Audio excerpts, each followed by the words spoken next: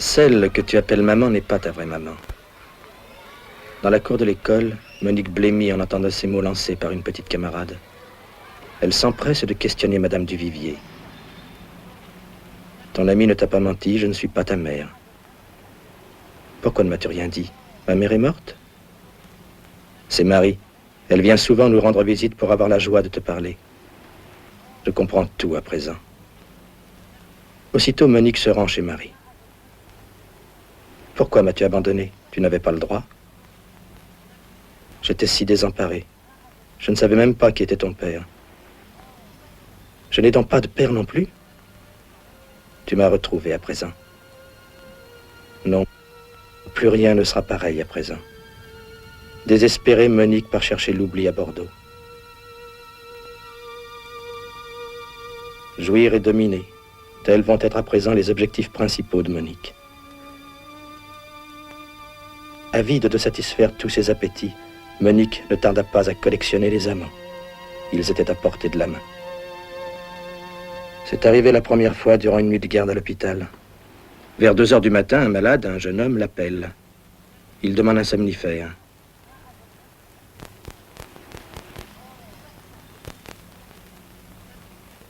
Un instant plus tard, en refaisant le lit, les mains de la jeune fille s'égarent sous les draps. À plusieurs reprises, elle frôle le ventre du jeune homme. Ses caresses se font plus précises dès qu'elle constate que ses approches ne sont nullement indifférentes au malade. Bientôt, oubliant toute prudence, elle grimpe sur le lit. Sous sa blouse blanche, elle est nue. L'étreinte est rapide, sans un cri.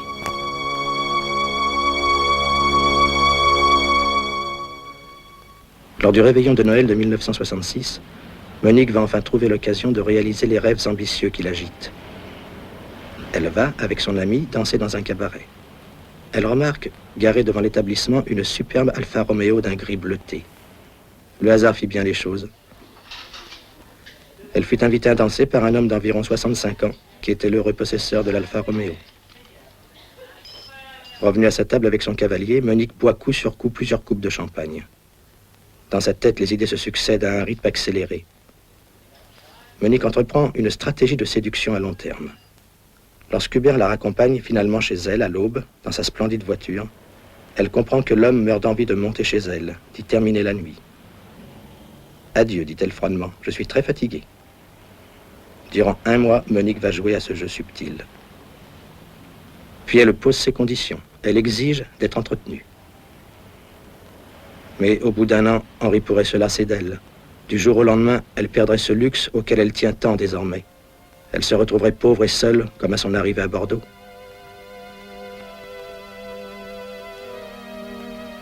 Chaque soir, Monique racole.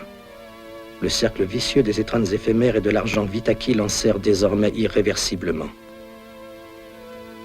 Mais personne ne sait pourquoi Monique, la prostituée, à la voix froide et sèche, a parfois dans les yeux une lueur triste et lasse venue du plus profond de son passé. La révélation de ses origines avait provoqué en elle un désir confus de vengeance.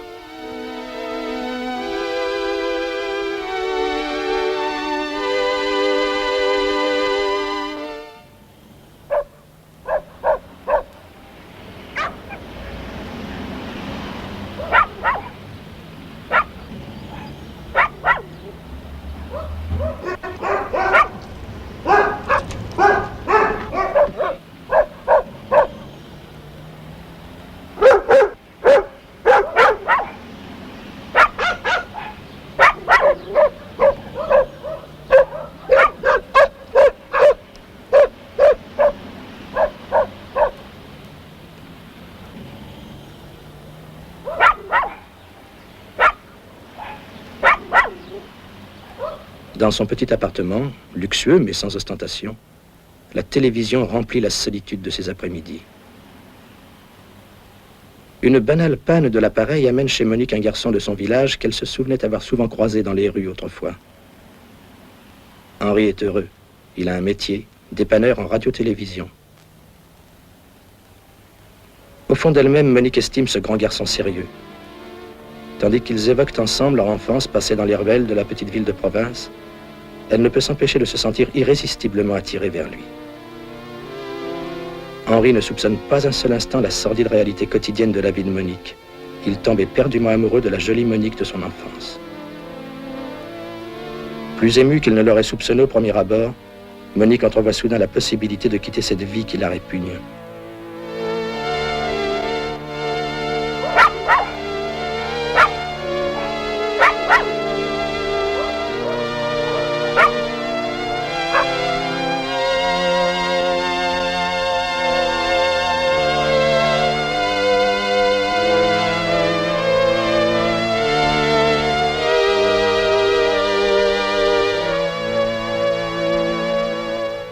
À la tête d'un petit capital qu'elle a économisé grâce à son travail acharné, elle a la possibilité de réaliser un vieux rêve, la gérance du café Jolimont. C'est en quelque sorte un placement sur sa mort que Monique fait ce jour-là. Henri la soutient, la conseille. Lorsque le jeune couple inaugure le Jolimont, il l'épaule dans sa tâche. Elle est estimée et aimée dans toute la région. Alice, une amie de Bordeaux, vient la relancer au Jolimont. Elle connaît tout du triste passé de Monique. Alice ne demande pas grand-chose pour son silence. Un peu d'argent et un gîte pour quelques jours. Le temps d'échapper à un protecteur trop brutal. Monique cède. Tandis qu'ils évoquent le temps passé à Bordeaux, Alice ne peut s'empêcher de se sentir irrésistiblement attirée vers Henri, ce grand garçon sérieux, qui regrette au fond de lui son métier de dépanneur en radio-télévision. Henri ne soupçonne pas un seul instant la sordide réalité quotidienne de la vie d'Alice. Il tombe éperdument amoureux de l'ami intime de sa femme.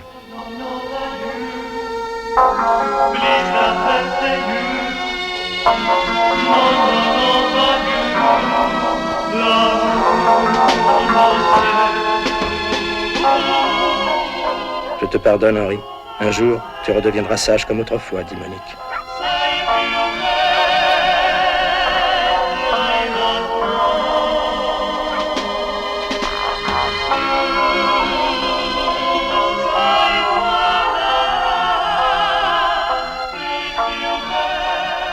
Henri propose un week-end à Troyes dans un parc près de Montsouris.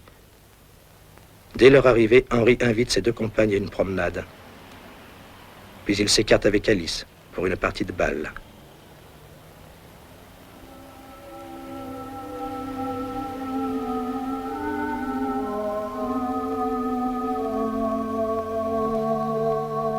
Profondément abattu par les récents événements de sa vie et plongé dans ses pensées, Monique s'éloigne en prenant son fils, Paul-Henri, 3 ans et 4 mois, dans ses bras. Je ne serai plus jamais heureuse, dit-elle.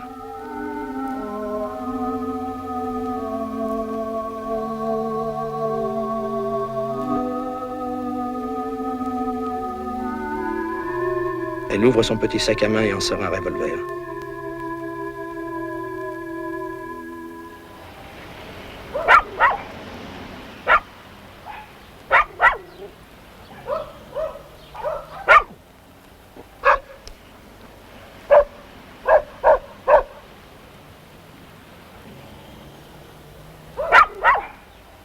Le drame se produit soudain. D'une seule balle, Monique met fin à leur vie à tous deux.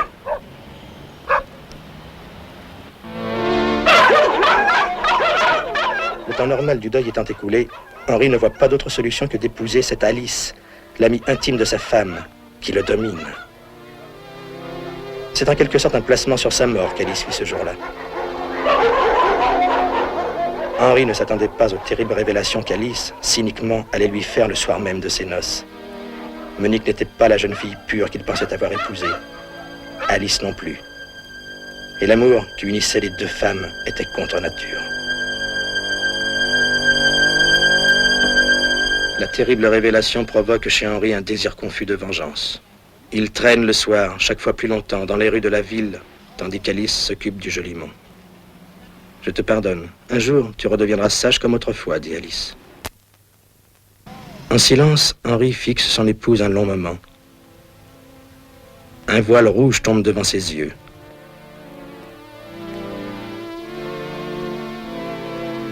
Il se saisit machinalement d'une bouteille de vin vide, à pleine main.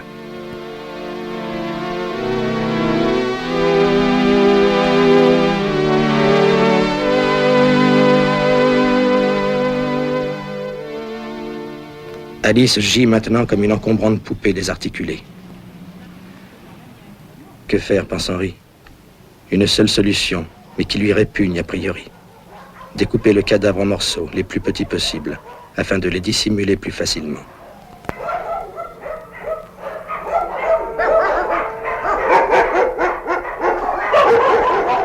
Ses gestes se font précis, mécaniques. Durant plusieurs jours, Henri s'emploiera à cacher un à un les morceaux du corps le plus loin possible de son domicile, au cours de multiples voyages.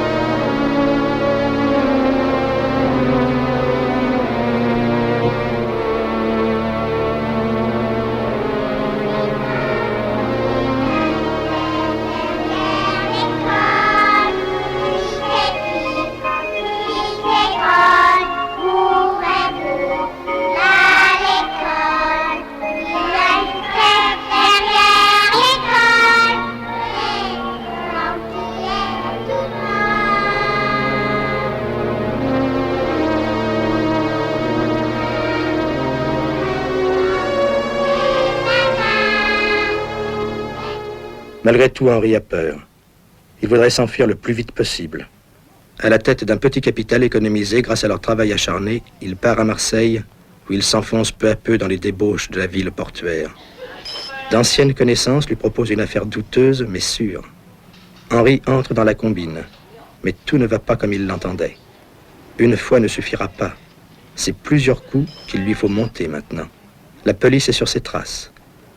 Henri tombe pour une affaire de peu d'importance.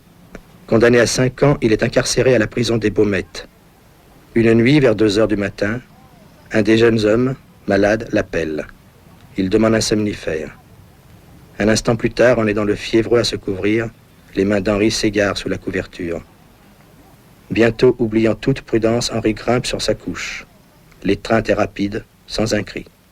Lorsqu'après 3 ans, il sort de prison grâce à une remise de peine, c'est un être profondément déchu qui tentera de se refaire une vie d'homme libre. Quelques semaines plus tard, il apprend que des morceaux appartenant à un corps humain ont été trouvés en divers endroits dans la petite ville de Montsouris.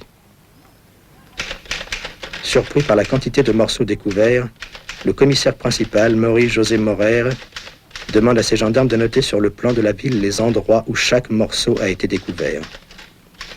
À la stupéfaction générale, une sorte de cercle macabre se dessine alors sur la carte. « Cherchez au centre », s'écrie le commissaire.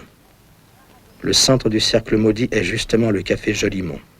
Le souci d'ordre qui dominait sa vie avait amené Henri à disposer les morceaux en s'écartant régulièrement du lieu du crime, formant ainsi un cercle. Les lois éternelles de la géométrie s'étaient retournées contre lui.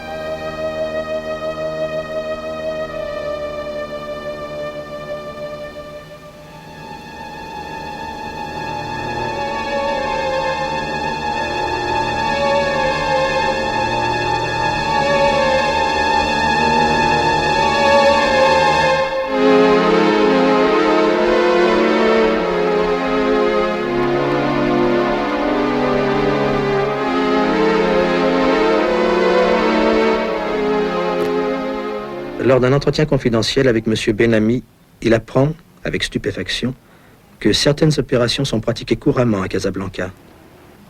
Là, ceux que la nature n'a pas dotés d'un sexe précis peuvent choisir définitivement leur sexe. Ce serait pour Henri le déguisement suprême. Qui reconnaîtrait l'homme sous les traits délicieusement féminins de la créature née des mains habiles du célèbre chirurgien allemand? Henri Odile est à présent une ravissante jeune femme. Quelques leçons de maquillage ont parachevé l'œuvre du chirurgien. Lors du réveillon de Noël 1974, Odile va enfin trouver l'occasion de réaliser les rêves ambitieux qui l'agitent. Elle fut invitée par un homme d'environ 65 ans. À table avec son cavalier, Odile boit coup sur coup plusieurs coupes de champagne. Dans sa tête, les idées se succèdent à un rythme accéléré. Odile a entrevu la possibilité de gagner beaucoup d'argent, de vivre enfin dans le luxe et les plaisirs. À présent, chaque soir, Odile racole. Le cercle vicieux des étreintes éphémères et de l'argent vite acquis l'enserre désormais irréversiblement. Mais la nostalgie enserre son cœur dans un étau. Chaque soir, Henri Odile se souvient de ce petit endroit de France où il fut si heureux, la petite ville de Montsouris. Que risque-t-il à y retourner? N'est-il pas désormais la jolie Odile Fargeau, munie de tous les papiers nécessaires et de suffisamment d'argent pour trouver partout le bonheur? À Montsouris, Henri parcourt avec émotion les ruelles de son enfance.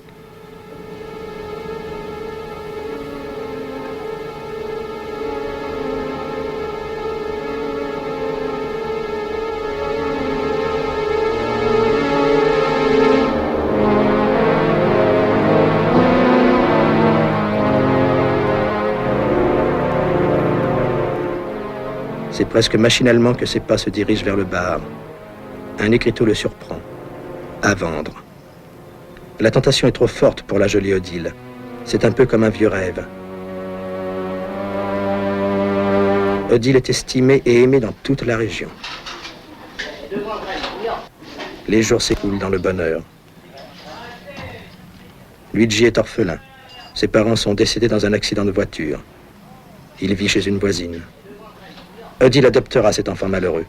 Elle a les moyens désormais de subvenir aux besoins d'une petite famille.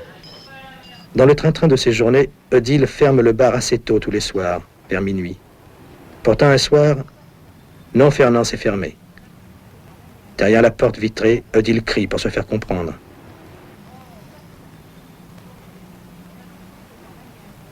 Quel gamin, pense-t-elle. Il paraît à peine ses 18 ans. Elle s'apprête à crier. Il plaque sa main contre sa bouche.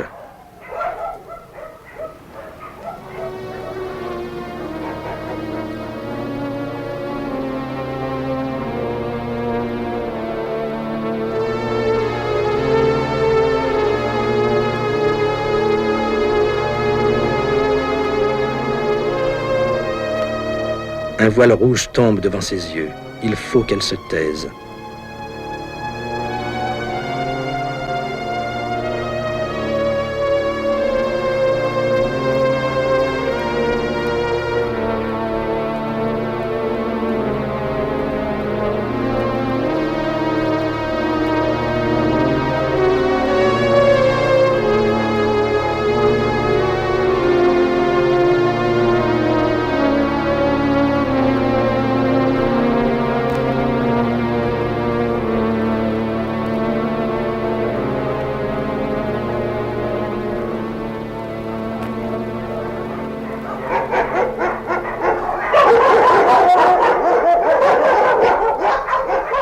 Quelques jours plus tard, dans la cour de l'école, Luigi est pris à partie par ses camarades.